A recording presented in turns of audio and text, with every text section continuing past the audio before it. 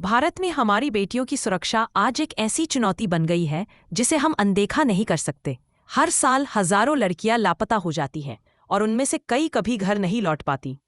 यह सिर्फ एक आंकड़ा नहीं बल्कि अनगिनत परिवारों का दर्द और हमारे समाज पर एक गहरा दाग है। आइए इस गंभीर विषय पर गहराई से बात करें ताकि हम सब मिलकर अपनी बेटियों को सुरक्षित रख सकें। चिंता बिल्कुल जायज़ है। आंकड़े हमें एक गंभीर तस्वीर दिखाते हैं जो हर माता पिता, हर नागरिक और हर सुरक्षा एजेंसी के लिए चिंता का विषय है। ये आंकड़े सिर्फ संख्याएं नहीं बल्कि हमारे समाज की एक कड़वी सच्चाई है जिन्हें समझना और स्वीकार करना बेहद जरूरी है। पिछले कुछ वर्षों में लड़कियों और महिलाओं के लापता होने की दर में चिंताजनक वृद्धि देखी गई है। यह प्रवृत्ति हमें सचेत करती है कि हमें अपनी सुरक्षा रणनीतियों पर पुनर्विचार करना होगा। महामारी के बाद से यह समस्या और भी विकराल रूप ले चुकी है। कमजोर वर्ग, गरीबी, अशिक्षा और सामाजिक पिछड़ापन इन क्षेत्रों को तस्करों के लिए आसान लक्ष्य बनाता है। लड़कियों को बेहतर जीवन के झूठे वादों से आसानी से फुसलाया जाता है। दोषी, अधिकांश मामलों में दोषी संगठित तस्करी गिरोह या कभी-कभी अंतरंग साथी होते हैं। इन गिरोहों का नेटवर्क बहुत बड़ा और जटिल होता है। अपहरण हमेशा जबरदस्ती नहीं होता, अक्सर यह धोखे और चालाकी से किया जाता है। तस्कर लड़कियों की कमजोरियों और आकांक्षाओं का फायदा उठाते हैं। इन तरीकों को समझना हमें अपनी बेटियों को बेहतर ढंग से सुरक्षित रखने में मदद करेगा। नौकरी और शिक्षा। शहर में अच्छी नौकरी, बेहतर शिक्षा या उच्च वेतन के झूठे वादे दिए जाते हैं। गरीब परिवारों को पैसे का लालच देकर अपनी बेटियों को बेचने के लिए मजबूर किया जाता है। मनोवैज्ञानिक चाल। तस्कर पहले दोस्ती करते हैं, विश्वास जीतते हैं और फिर धीरे धीरे अपने जाल में फंसाते हैं। वे लड़कियों को उनके परिवार से दूर करने के लिए भावनात्मक हेरफेर का इस्तेमाल करते हैं। अंतरंग साथी। अकरबाक परिचितों मामलों में अपहरणकर्ता कोई परिचित जैसे बॉयफ्रेंड या रिश्तेदार होता है। वे शादी या प्रेम के झूठे वादे करके लड़कियों को घर से भागने के लिए उकसाते हैं। ब्लैकमेल। एक बार जब लड़की घर छोड़ देती है तो उसे ब्लैकमेल किया जाता है। उसकी तस्वीरें या वीडियो का इस्तेमाल करके उसे यौन शोषण या तस्करी के लिए मजबूर किया जाता है। सामाजिक धारणा। कई बार ऐसे मामलों को प्रेम प्रसंग या भाग जाना मानकर गंभीरता से नहीं लिया जाता, जिससे अपराधियों को फायदा होता है। हमें इस धारणा को बदलना होगा। सार्वजनिक स्थान। स्कूल के रास्ते, बस स्टैंड, रेलवे स्टेशन या भीड़भाड़ वाले बाजारों से लड़कियों को जबरन उठा लिया जाता है। कभी कभी उन्हें नशीला पदार्थ देकर बेहोश कर दिया जाता है। गिरोहों का काम। संगठित गिरोह इस तरह के अपहरण को अंजाम देते हैं। वे अक्सर वाहनों का इस्तेमाल करते हैं और तेजी से घटना को अंजाम देकर फरार हो जाते हैं। तत्काल प्रतिक्रिया। ऐसे मामलों में तत्काल पुलिस कार्रवाई और जनता की जागरूकता बेहद महत्वपूर्ण होती है। हर गुजरता पल लड़की के जीवन के लिए खतरनाक हो सकता है। आर्थिक मजबूरी। अत्यधिक गरीबी, कर्ज या प्राकृतिक आपदाओं के कारण परिवार अपनी बेटियों को बेच देते हैं। उन्हें लगता है कि वे अपनी बेटी को बेहतर जीवन दे रहे हैं, लेकिन वास्तव में वे उसे नर्क में धकेल रहे होते हैं। बंधुआ मजदूरी। कई बार लड़कियों को कर्ज चुकाने के नाम पर बंधुआ मजदूर के रूप में बेच दिया जाता है। वे जीवन भर गुलामी में जीने को मजबूर होती हैं। डिजिटल युग में ब्लैकमेलिंग और ऑनलाइन ट्रैपिंग एक नया और खतरनाक तरीका बन गया है। सोशल मीडिया और इंटरनेट का दुरुपयोग करके लड़कियों को फंसाया जाता है। ऑनलाइन दोस्ती। तस्कर सोशल मीडिया पर फर्जी प्रोफाइल बनाकर लड़कियों से दोस्ती करते हैं। वे उनकी निजी जानकारी हासिल करते हैं और उन्हें भावनात्मक रूप से फंसाते हैं। वीडियो और तस्वीरें। एक बार जब लड़की उनके जाल में फंस जाती है तो वे उसकी आपत्तिजनक तस्वीरें या वीडियो बना लेते हैं। फिर इन वीडियो का इस्तेमाल करके उसे ब्लैकमेल किया जाता है। यौन व्यापार। ब्लैकमेल के जरिए लड़कियों को यौन व्यापार या अन्य आपराधिक गतिविधियों में धकेल दिया जाता है। 2021 से 2024 में वड़गल जैसे कई मामले सामने आए हैं। ये तरीके 80% से अधिक मामलों में धोखे पर आधारित होते हैं, जबकि जबरन अपहरण अपेक्षाकृत कम होता है। इसलिए लड़कियों को धोखे से बचाने के लिए जागरूकता और शिक्षा सबसे महत्वपूर्ण हथियार है। तस्कर बेहद चालाक, क्रूर और संगठित होते हैं। उनका व्यवहार नियंत्रण, डर और हेरफेर पर आधारित होता है। उनके तरीकों को समझना हमें अपनी सुरक्षा रणनीतियों को मजबूत करने में मदद करेगा। शुरुआती दोस्ती। वे शुरुआत में बहुत दोस्ताना और मददगार दिखते हैं, मीठी बातें करते हैं और सहानुभूति जताते हैं, जैसे मैं तुम्हारी मदद करूंगा या तुम्हें बेहतर जीवन दूंगा। झूठे वादे। वे लड़कियों को सपने दिखाते हैं, जैसे अच्छी नौकरी, शादी या एक शानदार भविष्य। ये सभी वादे झूठे होते हैं, जिनका उद्देश्य केवल उन्हें फंसाना होता है। पहचान छिपाना। वे अक्सर अपनी असली पहचान छिपाते हैं और फर्जी नामों या कहानियों का इस्तेमाल करते हैं। वे लड़कियों को अपने परिवार और दोस्तों से दूर करने की कोशिश करते हैं। एक बार जब लड़की उनके चंगुल में फंस जाती है, तो तस्करों का असली क्रूर चेहरा सामने आता है। वे शारीरिक और मानसिक रूप से पीड़िता को प्रताड़ित करते हैं। शारीरिक और यौन शोषण। लड़कियों को बेरहमी से पीटा जाता है, यौन उत्पीड़न किया जाता है और भूखा रखा जाता है। उन्हें लगातार दर्द और भय में रखा जाता है। Stockholm syndrome. कई बार पीड़िता डर और अलगाव के कारण अपने अपहरणकर्ताओं के प्रति एक अजीब तरह की निर्भरता विकसित कर लेती है, जिसे स्टॉकहोम सिंड्रोम कहते हैं। नेटवर्क। उनके पास स्थानीय मुखबिरों का एक नेटवर्क होता है, जो उन्हें लड़कियों और उनके परिवारों की जानकारी देता है। वे स्थानीय लोगों का विश्वास जीतने की कोशिश करते हैं।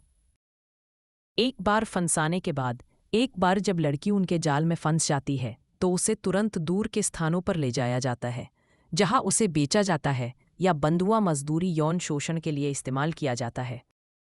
तस्करी एक संगठित अपराध है, जिसमें अक्सर बड़े गिरोह शामिल होते हैं।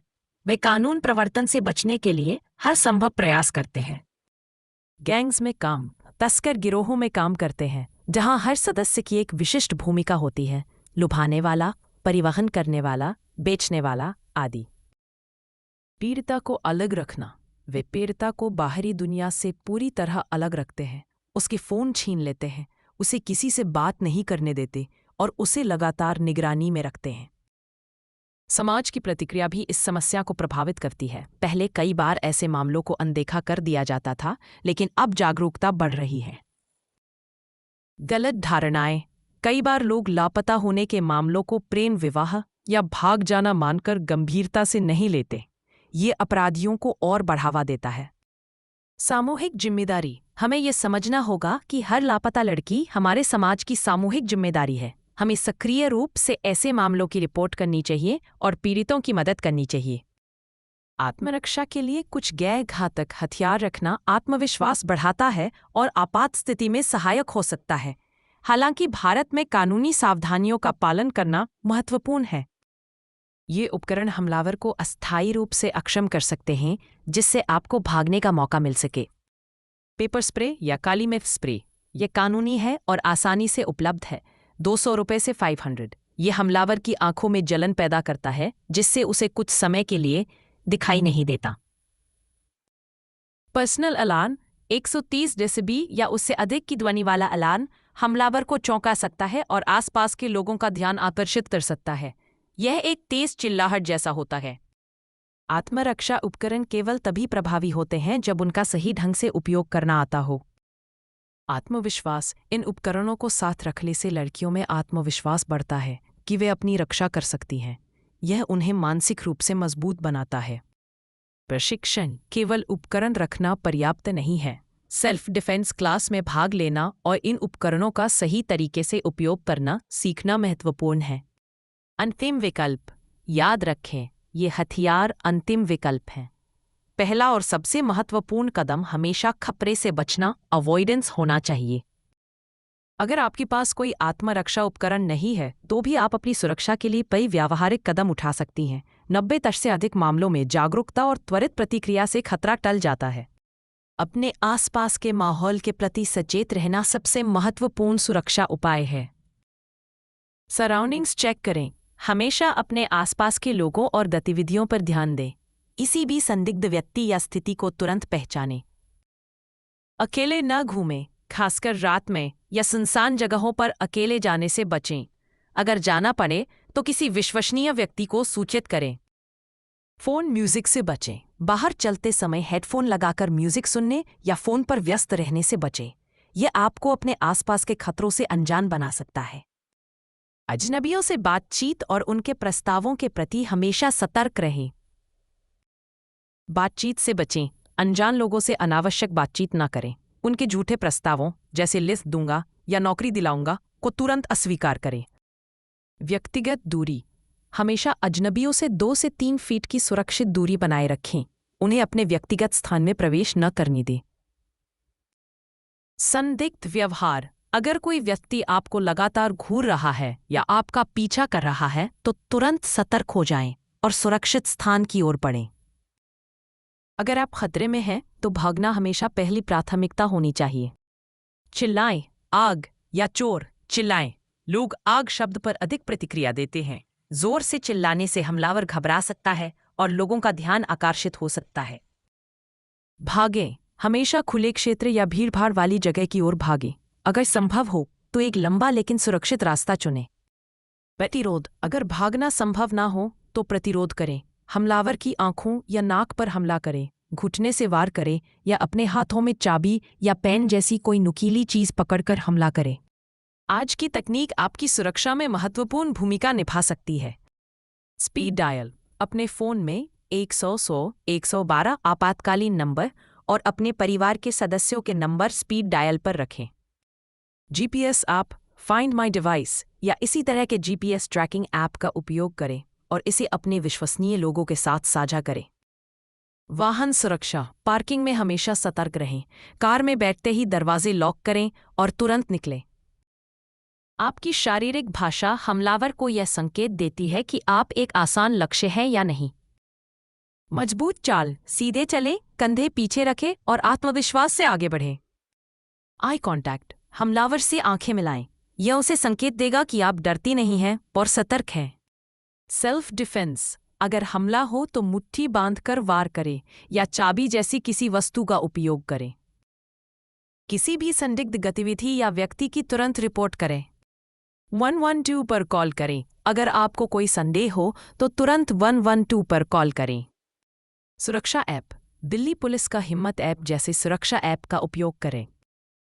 पुलिस एनजीओ, पुलिस और गैर सरकारी संगठनों द्वारा सुझाए गए इन टिप्स का अभ्यास करें। बच्चों को अजनबियों से जुड़े खतरों के बारे में स्पष्ट रूप से सिखाएं। अजनबी से बात न करें। उन्हें सिखाएं कि अनजान लोगों से बात न करें। उनके दिए हुए उपहार या कैंडी न लें। नो गो यो नियम। उन्हें सिखाएं नो मना करो, गो भागो, येल। यह एक सरल और प्रभावी नियम है।